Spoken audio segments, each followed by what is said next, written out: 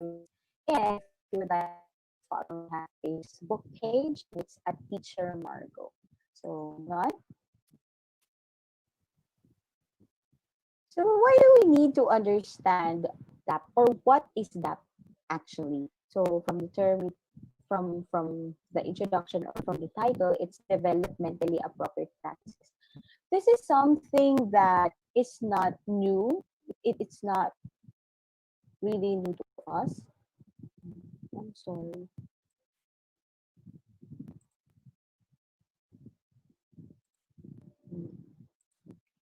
I hope you can see my screen now. All right. Okay, so again, the topic is developmentally appropriate practices. And as I said a while ago, why do we need to understand this topic, or why do we need this? Actually, this is not from me. This is, of course, in the literature. It's a product of research, and that stands for developmentally appropriate practices. And of course, an educator, as I told you a while ago in my brief introduction of myself, I I am a progressivist, so I follow the works of Eric Erickson, John Dewey, and I believe that teaching young kids or young learners at the same time, of course, teaching children with special needs is a different story. I would not say it's hard, but of course, it's challenging. At the same time, we can use different approaches, and one of these approaches that we or approaches or perspective, of course, in education we have a lot of perspective, we have a lot of um, approaches. For example, some of us might want to stick with our traditional ways. For example, like you just want to do teacher discussing everything, you are recording everything, of course, especially in this time of the new normal. Well, it's up to you. So as educators, we have our different cup of teas. And for me, as a believer of progressive education, I believe in learning by doing, and by means of that, I believe that we don't only hone, we don't only cater the needs of a child in terms of cognitive aspects, something like that. Okay, so but first and foremost, as educators also, mga ka-teach, mga kabibal, it's very important for us that everything that we implement in our classes or whatever we want to adopt, we can always practice blended learning, we can always practice eclectic approach in preschool and in SPED, but it's very important that when you choose something that you're going to use in your classroom or in your school, or like the curriculum that you are going to use in your respective schools, it's very important that there is a research background. That's one thing that I am very particular with. So why do we need to understand and use that? For me, before I explored the use of different developmentally appropriate practices in my field, I have to read on some of the researches, and some researches focus and presented to us the effects of this. So one research is what is the effects of DAP on learning. So according to this study of Huffman and Spear, uh, a growing body of evidence supports the effectiveness of developmentally appropriate practices in enhancing children's learning. So there are already people who are so interested, but as you can see on the screen, these researches were just recent. I mean, 2000 and 2003 is still recent for when it comes to research, which means that this is the new trend, or this is the future direction of special education. This is the future direction of early childhood education. Um, Basically, this approach or this perspective is more for the early childhood education. But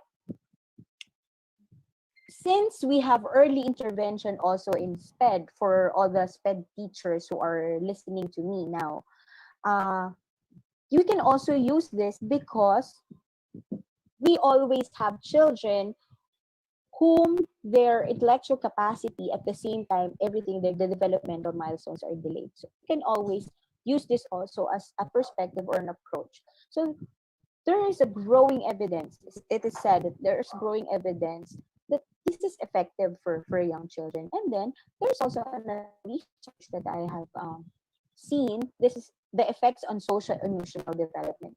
I believe now that there is this aggressive uh, aggressive effort to make our students socially and emotionally intelligent, especially in this time of pandemic. So, sabi nga po, it's very important that the children can also manage their emotions. Now we already use the term people smart, that people who are uh, individuals who are people smart can go a long way. So if you believe in this, then we can also explore on this kind of perspective. So in observing numerous preschool classroom, Stepek and her colleagues found the positive effects of among teachers and children seem to go along with developmentally appropriate practice. Later on, I will explain to you how can this be very helpful for us, especially for the teachers of the young learners or teachers of the students who have developmental delays. Okay, so and one more thing, aside from there is a growing research stating the effects on social emotional development, on cognition. This is also being implemented by the Department of Education. So for those who are not so familiar with what we are doing now in preschool, the Department of Education in from the kindergarten curriculum guide or the KCG guide, you will see it. This is the website of the Department of Education. This is uh, you can look up the DO order or the DepEd order 47, series of 2017. You can see what this tells us about. And in our respective DepEd schools, they are already adopted this. So let me show you the KCG framework. Why do we need to learn, and why understanding developmentally appropriate practices is also important for us. So this is the kindergarten curriculum framework. So as you can see, this is how we teach. In your respective screen, this is not from me, this is from the DepEd Order 47. And this is all about what should a kindergarten curriculum or our preschool curriculum should look like, or how are we going to implement it. So if you're going to look at this, you will see that according to the Department of Education, when they started the K-12 curriculum, or when they implemented the mandatory kindergarten, there are some changes in the way that we need to approach our uh, kids. Okay, so one of this is it has to be child-centered, and if you're going to look at um, the figure, you will see there's also a flower-like shape wherein ang nakalagay po dyan ay yung mga developmental areas, not the subjects. The subjects just follows in that yellow circle. And then you will see also the blue circle wherein everything that you are learning in school should be used outside, or it should be generalized. As we say in education, there should be generalization, acquisition of skills, which means that you have to implement it in the child, whatever the child is learning inside the classroom or in his school, should be used in his family, in his school, in his community, and the things around you. So we are trying to make the child holistic. And I'm not going to go over all of this. I'm just stating that in the last box, you will see that developmentally appropriate practices is included in this curriculum guide. It says that whatever we are doing in the preschool education, It has to be developmentally appropriate. It has to be age appropriate. Well, if you do developmentally appropriate practices, definitely you are doing it age appropriately. And then it has to be individually appropriate as well. And it is also social culturally appropriate. So these are the things that we need to consider. And this is also the reason why we, educators of young learners and children with special needs, we need to explore this thing because it is not an option now. It is actually in the curriculum guide given by the Department of Education. That's why when Vipal asked me uh, to what are you going to discuss, I thought I would like to share this thing to my fellow teachers like you because we I know that all of us are having a hard time now, especially when you are a preschool teacher, when you are a SPED teacher, and you have to do synchronous and asynchronous. Maybe this can help you out, and this can add to whatever you are doing. I know that you are doing fine and well. I know that you have prepared already when it comes to the lessons that you are doing, but maybe this could extend some more of what you're doing. Okay. So the figure illustrates, as I've said, no, um, all of this, it has to be the teaching learning of the early years. Sinasabi that it has to be constructivist, it has to be integrative, it has to be thematic, collaborative, inquiry-based, reflective teaching, and we should also use play-based approaches, which is used, of course, in progressive education, and with the application of the developmentally appropriate practices. So what I'm trying to say is this is not really a choice, but we really need to embrace this. We really need to use this. Maybe we cannot use it fully if we are just starting, but if we know the basic, maybe we can use some of its technique. So I'm gonna go to my um, lecture proper. So let's define first what is developmentally appropriate practices. So if you want to read more about appropriate practices, you can search different scholarly journals. One is one literature that you could really read. I'm gonna share it to you is the position paper of Nayek. Later we will see that they have made researches and they are the ones really pushing for that. And how has this been used, in other Western countries, and how they find this very helpful and effective. So let us first define what is developmentally appropriate practice. It's a perspective. So again, there are a couple of times wherein some teachers would say that what you believe might not be um, applicable to me.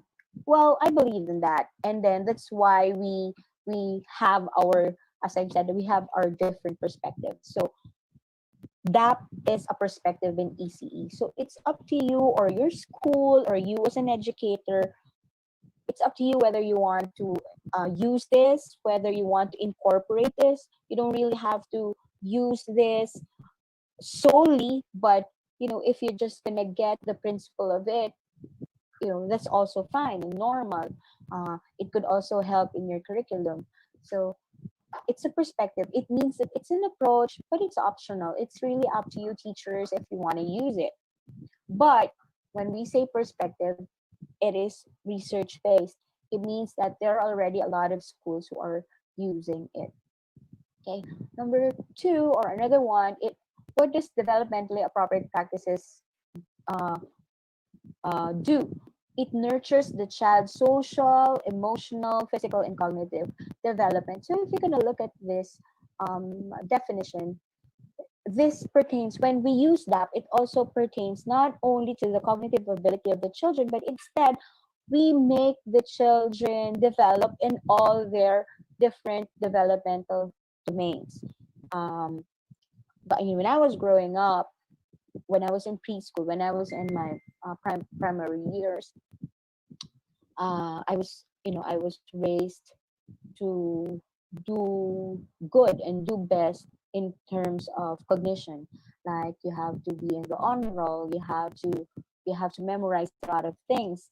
But it's the other way around in developmentally appropriate practices. So in developmentally appropriate practices, or DAP, social, emotional, physical, cognitive, language and communication, self-help skills are all to be developed. You don't really just focus on one thing. So this is the difference from the traditional curriculum that we normally experience. I believe, and you teachers who are out there who are almost of the same age as mine or older than me, are we were reared and raised in a community or in a school community wherein our priority is intellectual quotient. So that's the perspective of a traditional curriculum. But in DAP, it is a different thing. So we need to focus on the different areas of development of the child. So if you're watching TV, if you are, if you are a mom and you have this baby book given by the doctors, we don't really just measure the baby's growth, because when we speak of growth, it's only about the physical maturation of the children. But of course, when we speak of the children, there's always growth and development. And of course, development, you don't really see it physically. Growth, we can see it physically. But when we speak of development, it has a lot of stages. It has a lot of areas that we need to develop. So that's one thing that I really wanted you teachers to remember when it comes to that when we are going to incorporate developmentally appropriate practices in in our classrooms, the first thing that you have to remember is you have to focus on the different areas of development of the children. Okay, and then it is also individualized and culturally based. So we can change our lessons. We can differentiate our lessons, because not all children are the same. Although they follow a certain milestone all at the same time, and the milestones are standardized, I believe, uh, still they will not. I mean, 10 kids in your class will never be the same. They will always change. They have different and unique talents. So you also have to look into that detail. Right. So ways of teaching children that engage children's interest and adapt for their age. Basically, mga kapibal, when we speak of DAP, we always pertain to the age. Well, actually, nowadays, it's a little, I mean, it's easier to do developmentally appropriate practices, because, back in the days when I was teaching, our curriculum is not age based. We just need to go to grade 1 by 7. It's like that. But when it comes to the preschool education, back in the days, it's a little different. It's like even you're already 5 years old, but you and you haven't been in any program in the preschool education, they will just they will always put you in nursery, even though you're already so big. If you're not already fitted to be in the nursery level, but because there was the practice before. But now, um, we are now following age-based curriculum. For example, uh, you are 5 years old, automatically you have to be in the kindergarten level. But if you are in a private school, now we start nursery is 3 to 4, 4 to 5, and then we just have all these bridging programs if these children are late or they go to school late. But automatically, when you reach 6, you have to be in grade 1. So now we are in that era wherein we use age in terms of um, grouping our kids. So it's a little easier to do that, because that is age based. Okay, so but of course, age based when we speak of early childhood learners, or the kids who doesn't have developmental delays. But of course, when we speak of children in the special education, what we refer to this age is their developmental age too. Of course, there's a difference between chronological age and developmental age. Of course, when we are dealing with preschoolers, we will use the chronological age. But when we deal with children with special needs, we have to deal, or we have to look into and consider their developmental ages. And these are the ages that, these are the areas of development wherein what they can do at a particular time, because later I will explain that to you.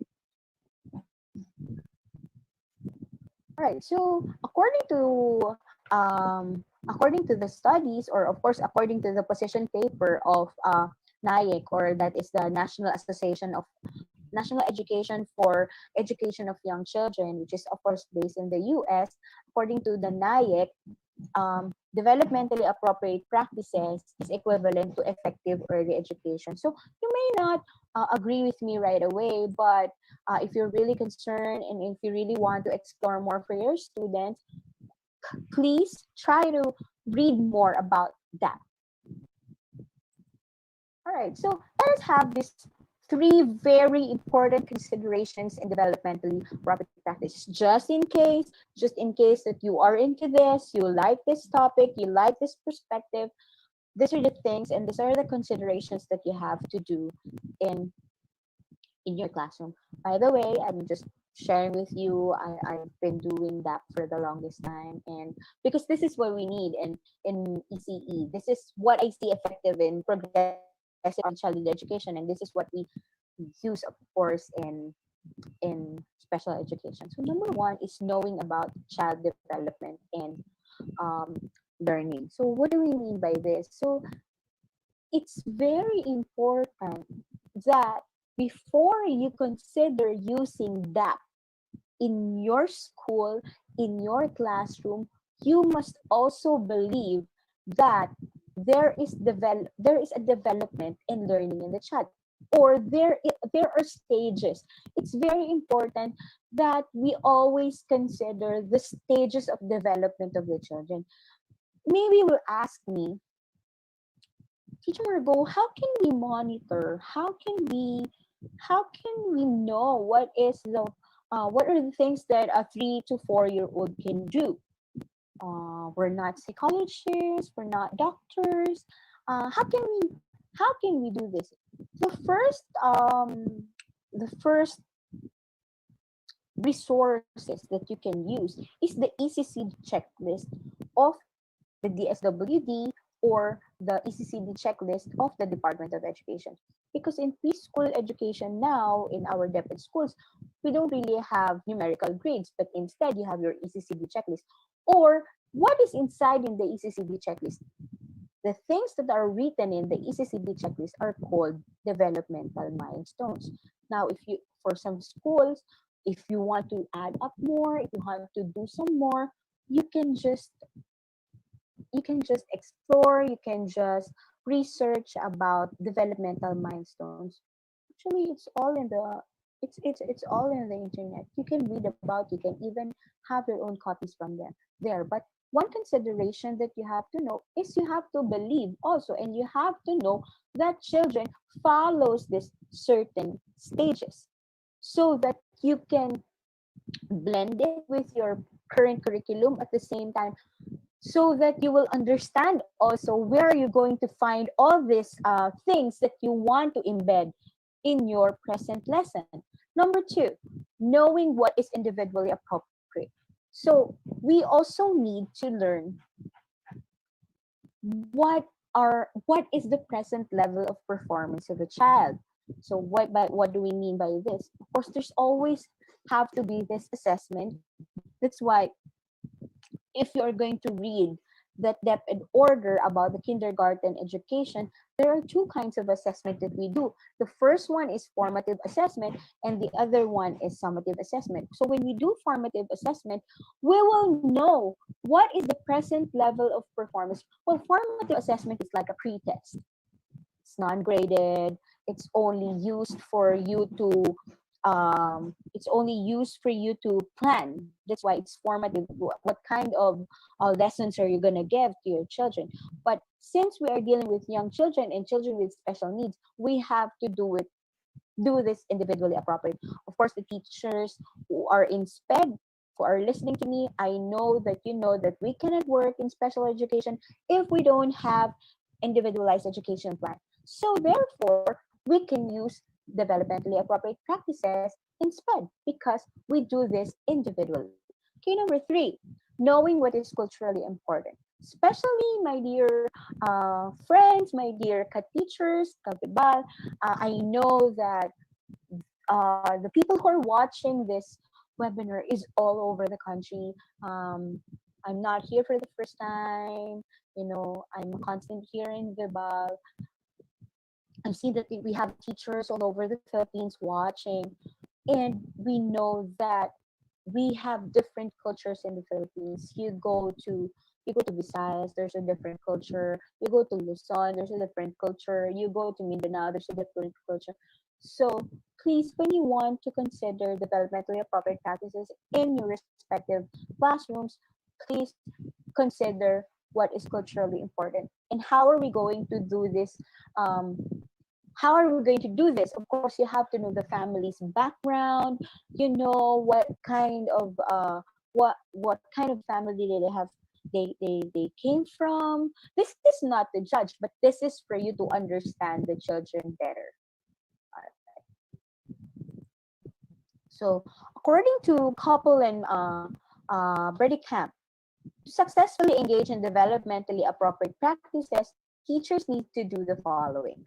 So, first, meeting children where they are. So again, I have said this, if you want to do that, you have to know what the child can generally be capable of. Or I always I always refer to this as their present level of performance or present level of educational performance.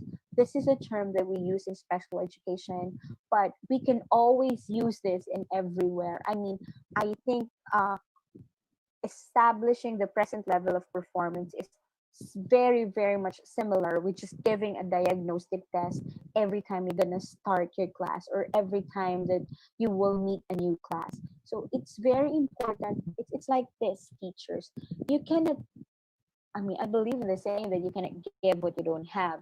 So with the children, they cannot give you things that they are not yet capable of doing. So what you can do is understand them. Where are they? What they can do. So if you're a preschool teacher, if you are a nursery teacher, before you go to your class, before you teach, you try to read the developmental milestones of a 3 to 4 year old. Then you will understand how their minds work, what kind of activities that they can do in terms of gross motor and fine motor. What are the things that you have to develop to them in terms of social emotional? Is this the time for sharing? Is this the time for waiting one's turn? Everything is there, so you need to know first and meet them where they are so that your instruction will be effective.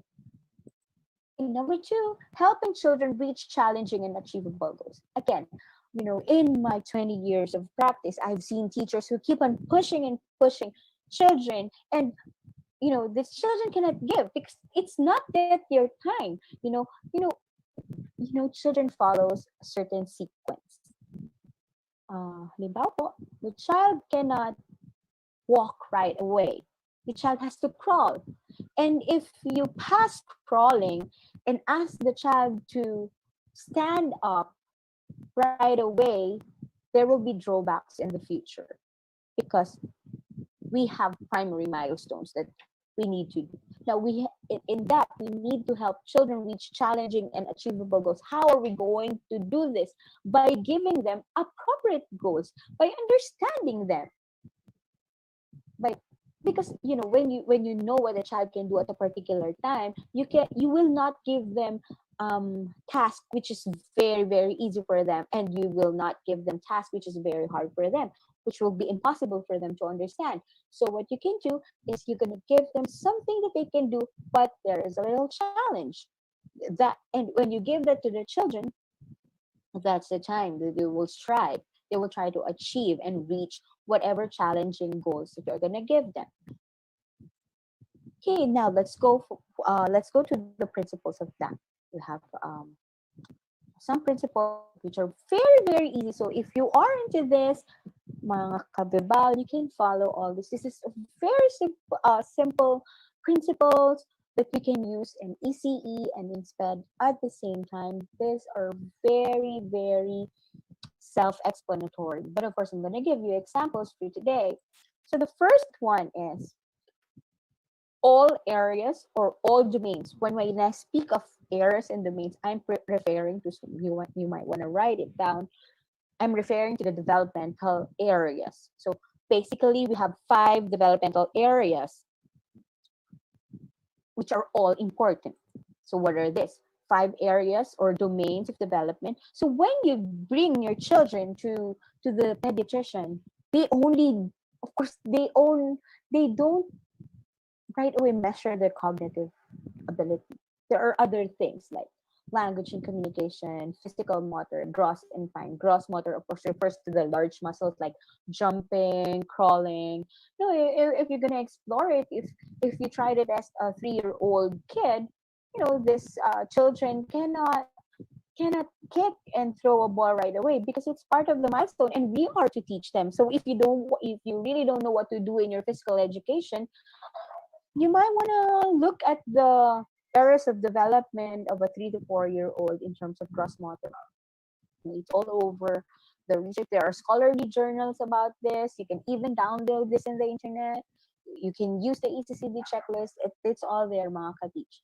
Okay, so we also have social, emotional, and ADL, or activities of the daily living and self-help. That's why now in your respective preschools and SPED schools, we ask the children to bring their hygiene kits.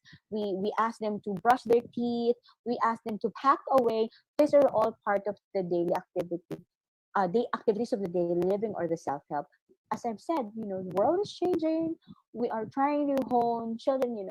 The children now is way, way, way different from what we have 20 years ago, 25 years ago. It's really different. Now the children, I don't know, according to one research, the children now are learning faster because they don't learn when they were born. As I've read what research, they said that whatever we have, or our ancestors, what we have, is being passed. Actually, it's being hardwired to the kids that we are going to produce. Or if like if I will have my kid, whatever I have in my mind can be transferred to my kid, but it's just to my child. But it's just, we have to trigger it. We have to bring it out by giving proper exposure, but by honing whatever talents that we can give to the child. So always remember, the first principle of that is we have to consider the 5 areas of development. Right. Next, all areas, domains of development follows a sequence. I've said this a while ago, that we have this so-called primary milestones that a child should really go through.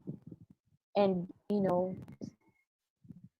skipping a sequence is not good for the kid. So let me show you. So this is very similar to the baby books that you have, and this is what a developmental milestones looks like. So as you see there, a 1-month-old is doing a different thing compared to a 3-month, and then compared to 7 months, compared to 15 months, 15 to 24, 2 years. So this follows a sequence. Like, you cannot sit without you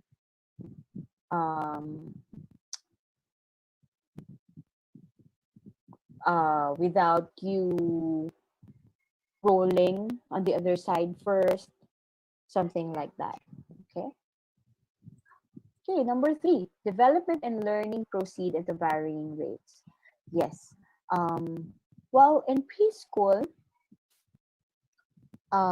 it's of course we know that not everybody reads at the same time. There are kids who are fast in learning, fast in reading, fast in mathematics. So when you're practicing developmentally appropriate practices, please give them time. As I've said, this is also individually based, right? So now in the field of special education, as I've said, there are different learning procedures and varying rates, no? Like I'm going to show you one sample.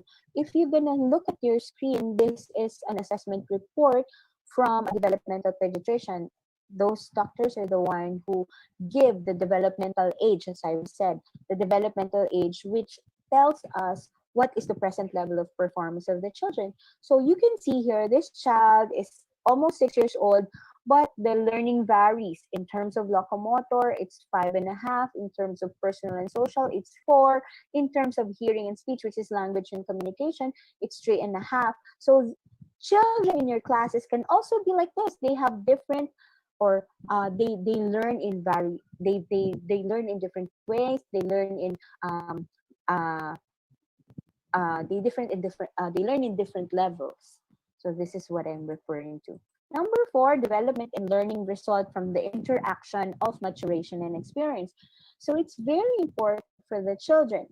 Children, whether we like it or not, will of course will mature.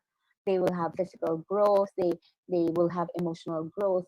But we have to combine the growth maturation, or the physical maturation, and the experiences. We have to combine it together so that they can develop fully well.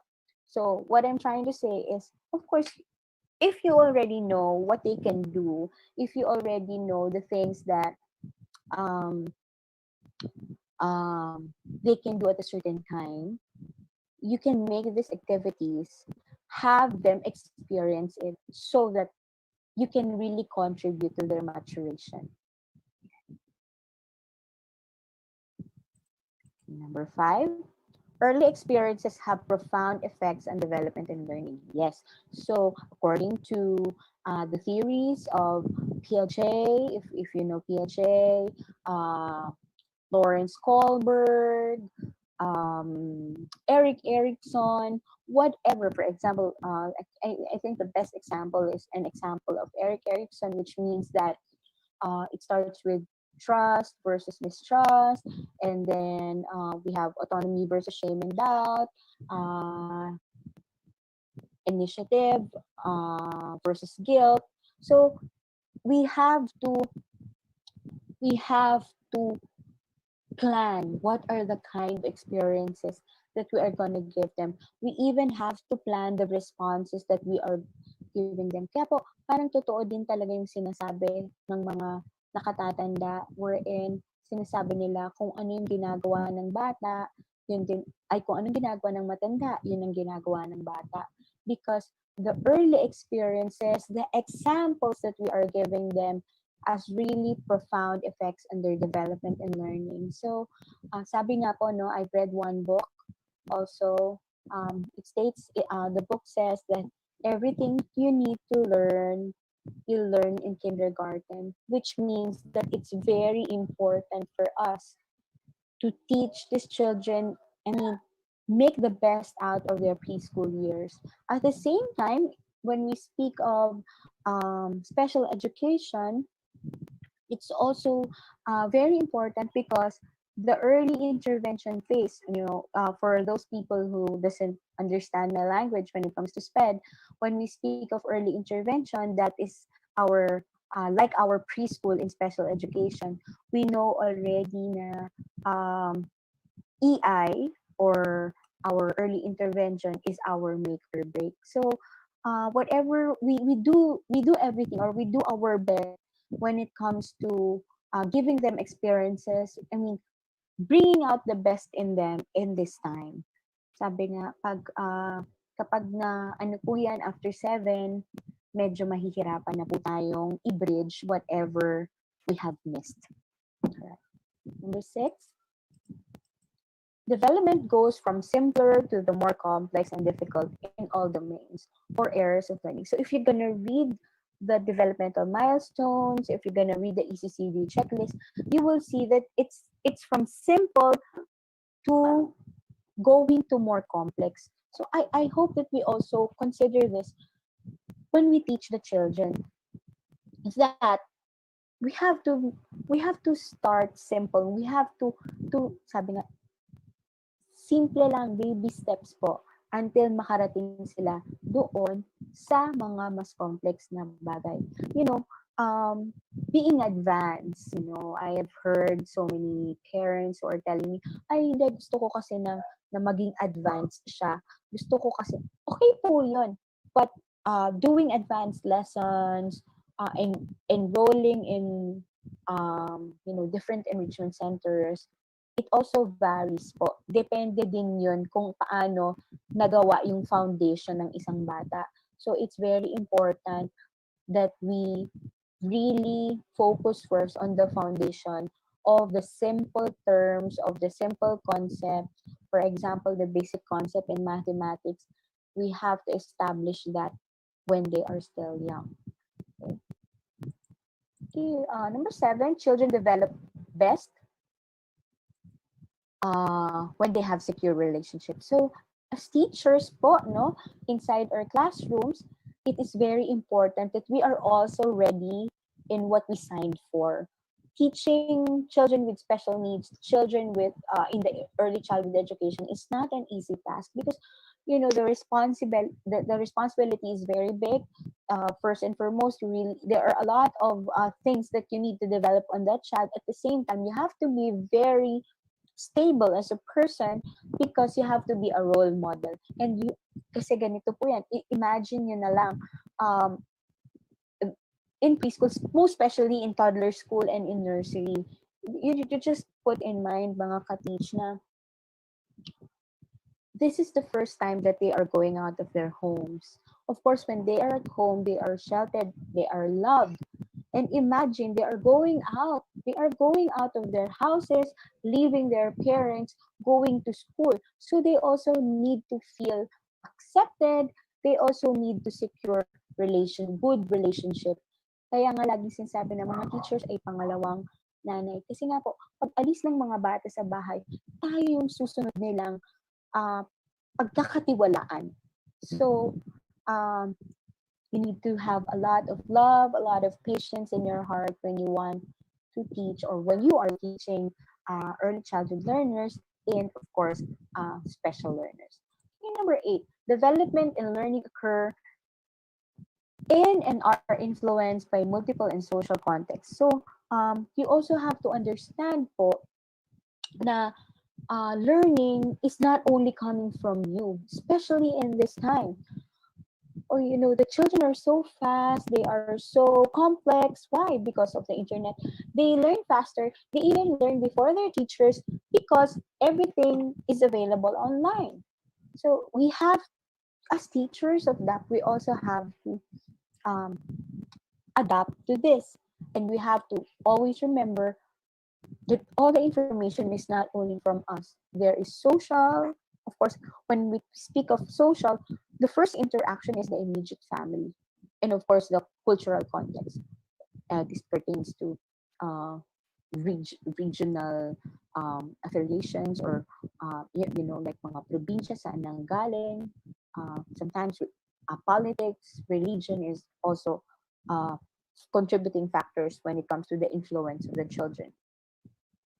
Number 9, children learn in a variety of ways. So when you are to practice that, you have to remember that these children, they have hundreds of languages when they want to learn. So we need to explore those ways. Some children, they learn best when they are doing it. Some children learn when they listen to it. Some children learn when they see it. So that's why I said you have to know or meet the children where they are, as as one of the opening statements a while ago. Okay, number 10, this is one of my favorite principle of that. Play is an important vehicle for developing self-regulation and promoting language, cognition, and social competence. Some people would say, especially in progressive education, they would say, "Oh, why do you always play?" Well, I just like to remind everybody that is the basic playing is the basic occupation of the children. If you are to ask a child, what do you want to do? Do you want to read or do you want to play? they will always say, of course, I want to play. But if you incorporate reading in playing, they wouldn't even notice that you are teaching them reading because they are playing. And who says that we don't learn in playing? I remember when I was young, there was this game wherein you play with your classmates, nanay, tatay, and you clap how many times, right? Um, who says it doesn't promote learning? You have to, and then when you're wrong, they will tell you that you are wrong, and you have to have consequences. So that's part of playing. I remember you play 10-20, which is keep counting by tens, right? So playing, but of course, it's also there's also learning. I remember there's one game, or now you will see how old I am. There was also a game, Monkey Annabelle, wherein how many monkeys do you see? So you have to count how many playmates do you have. So, when we do playing, it's just, when you use playing inside your classroom, you just have to have a goal. That is the difference by just, playing and structured playing. When we speak of structured playing, it means that uh, you need to have a goal. You have to meet a goal. Like, what do you want the children to learn with this game? So when your focus is on that, then that's part of that, or you are using a principle of that. Okay, number 11, development and learning happens best when children have a challenge that is just beyond where their skills are at the moment. So, as I've said, we don't give them too hard. We don't also give them too easy tasks. Okay. And then number 12, what children experience at home and especially at school affects how they think and feel about learning. So make learning fun for the kids. And how are we going to make this fun for them? Of course, we meet them where they are right now. Okay. So those are the 12 principles of DAP. Okay.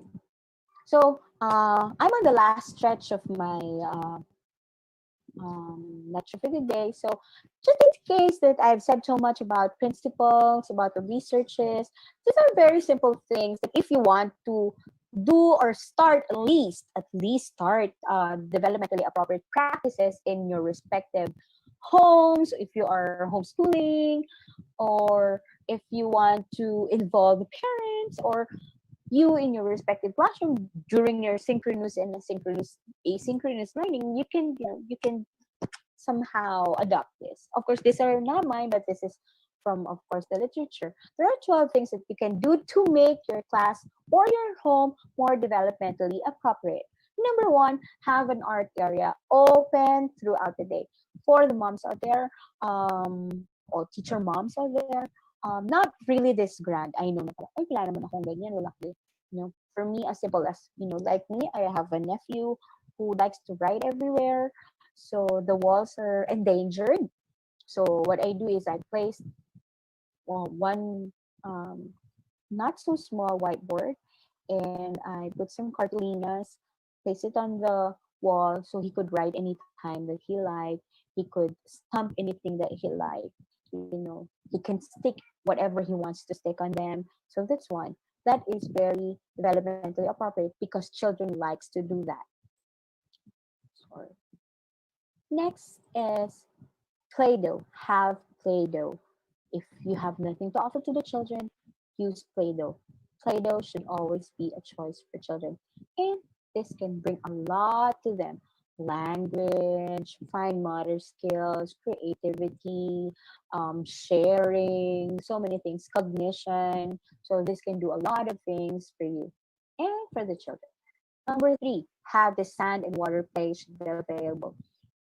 If they say, oh no, we don't have this kind of facility, we can use our basins, or we can use our batcha.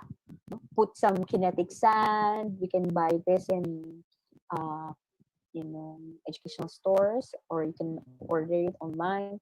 We have sand and water, of course, and just have to put some toys in it. This is more for exploration at the same time. This is for sensory development.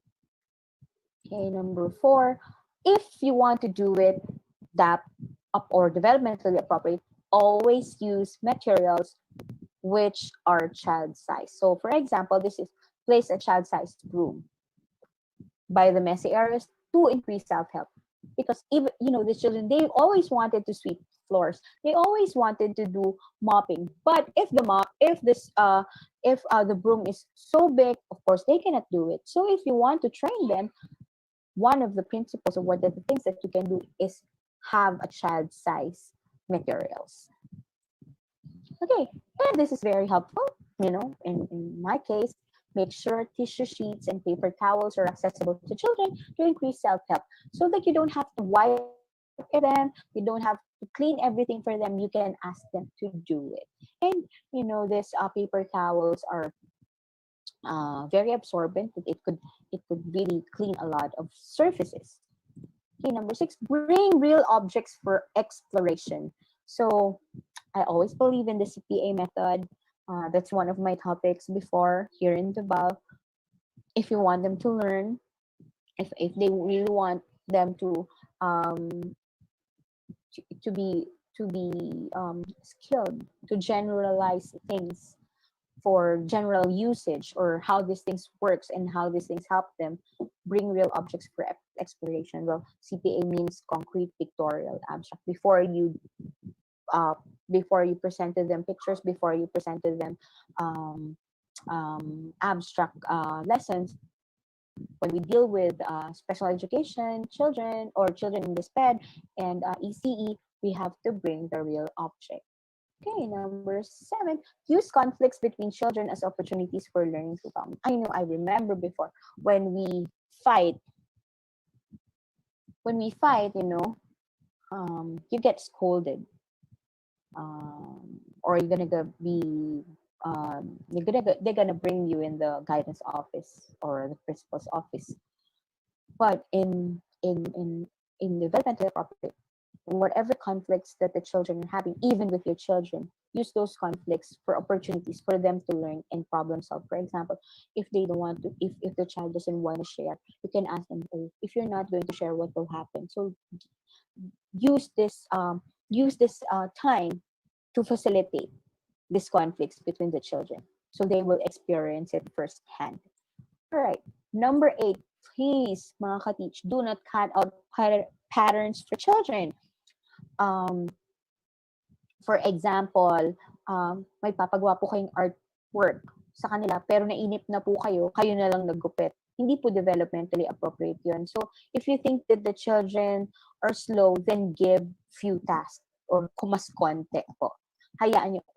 An example of this is like, okay, pack away, pero nainip ka na. Ikaw na nag-pack away para lumabas na sila ng classroom. Huwag pong ganun. Parang bigyan nyo po sila ng ample time. So do not do things for the children. So if you put that in your activity plan, make sure that you have enough time. And again, give them activities that they can really do, or it's within their milestone. Okay, number 9, do not force children to participate in activities. Offer choices. So if if you don't want to do this, so what do you want to do? Let them speak their minds. And if you can give them that, but of course, if they don't follow you, okay, they can choose the other thing, but there's always consequences. So they have to understand, you don't just reprimand them. It's this part is more of the processing part. That okay, you can have what you want, but later on, not everything that you want can be given to you. Okay, number 10, allow children to do what they can do for themselves, please. So this is part already of the routine of the preschoolers and the children in special education. When we do activities of the daily living or self-help skills, please let them do it by themselves.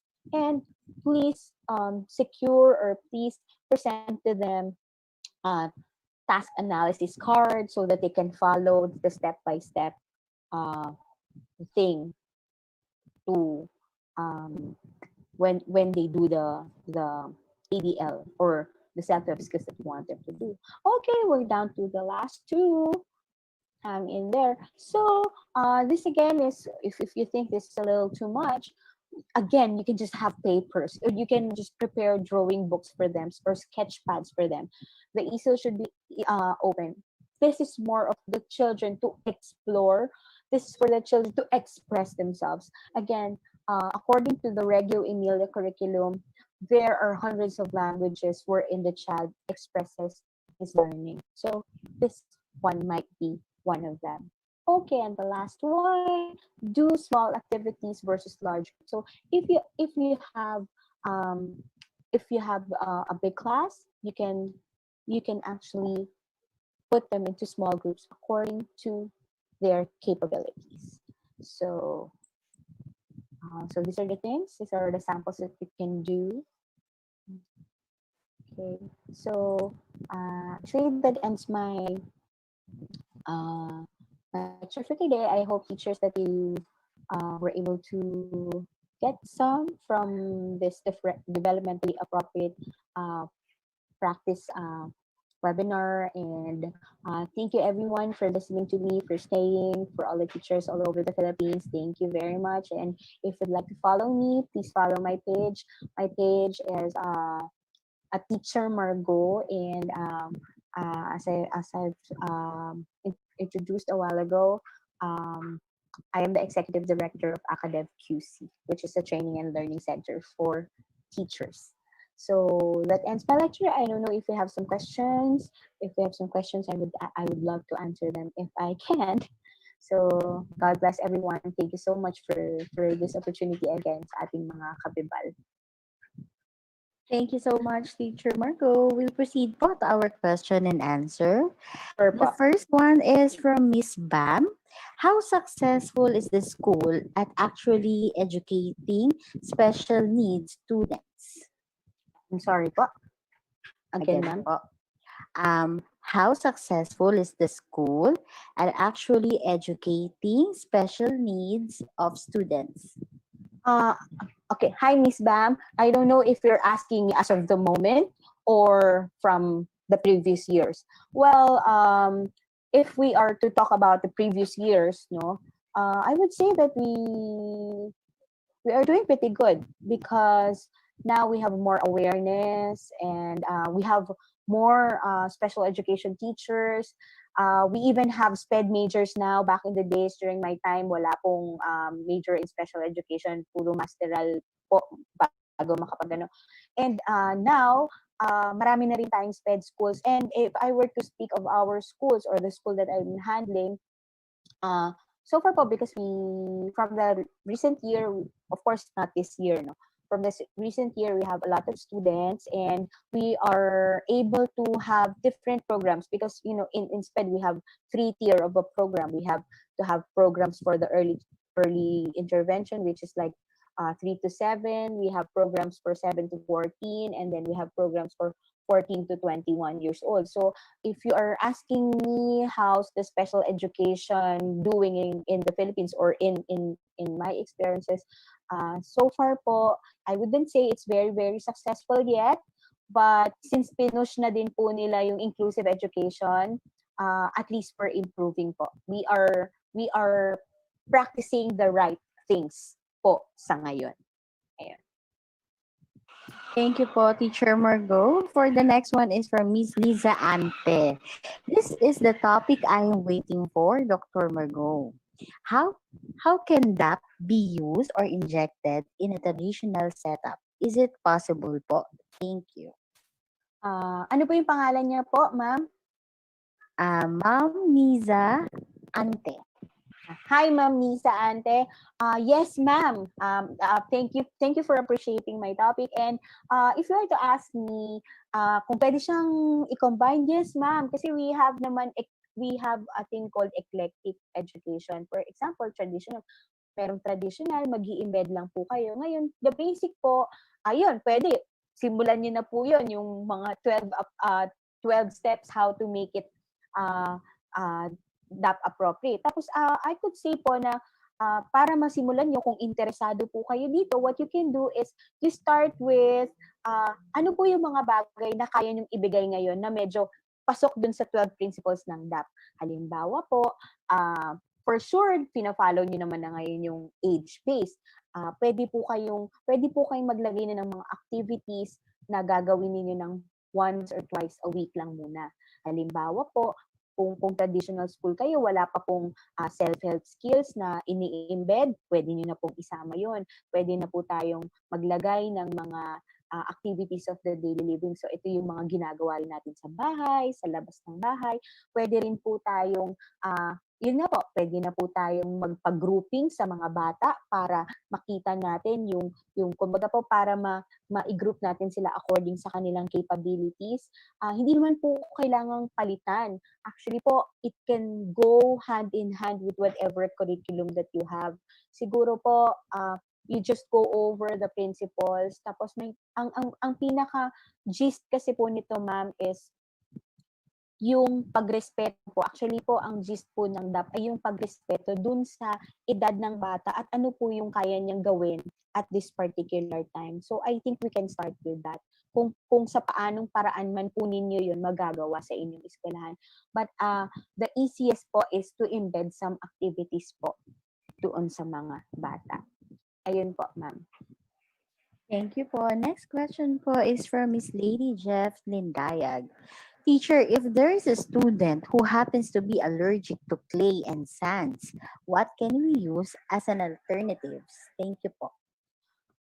Okay, for the clay, if the child is allergic to clay, you can use dough, like yung flour talaga. Pwede siyang gumamit nun, no? Gumawa kayo ng sarili yung clay. Kasi yung mga may allergy o kaya yung mga bata na hindi napipigilan kung kainin siya, although yung Play-Doh, pwede naman siya kainin, hindi non-toxic yun. Pwede po kayong gumawa ng sarili niyo. Para pong gumawa kayo, para pong nagbe-bake, ganun. Gawa po kayo, lagyan niyo ng food color, pwede pong gawin kayo as an alternative. Sa sand po, sa sand, pwede kayo, kung allergic, hindi rin pwedeng sandpaper. Kung allergic po, wag na lang po. Pero kung pwede naman, kung allergic siya, pwede po sigurong mag-gloves. Kung talagang gusto natin siyang pahawakin ng sand. Although kasi ang ano sana natin doon ay para sana sa sensory integration. Hindi ko alam hindi ko pa po na-try kung pwedeng lupa. Baka kung hindi siya allergic sa lupa, baka pwede loam soil, parang ganun po. Pwede niyo pong i-try. Pero kung hindi naman po, pwede naman pong mag-clay na lang muna kayo. Ayun po. Tapos gawa po kayo ng sarili ninyong clay. Ayun po. Thank you po, teacher. Na, the last question po is from Miss Myla Estrada. Dr. Palencia, does your school have distance learning program for a non-verbal student with ASD? Ma'am, kasi kung sa school po namin, pwede pong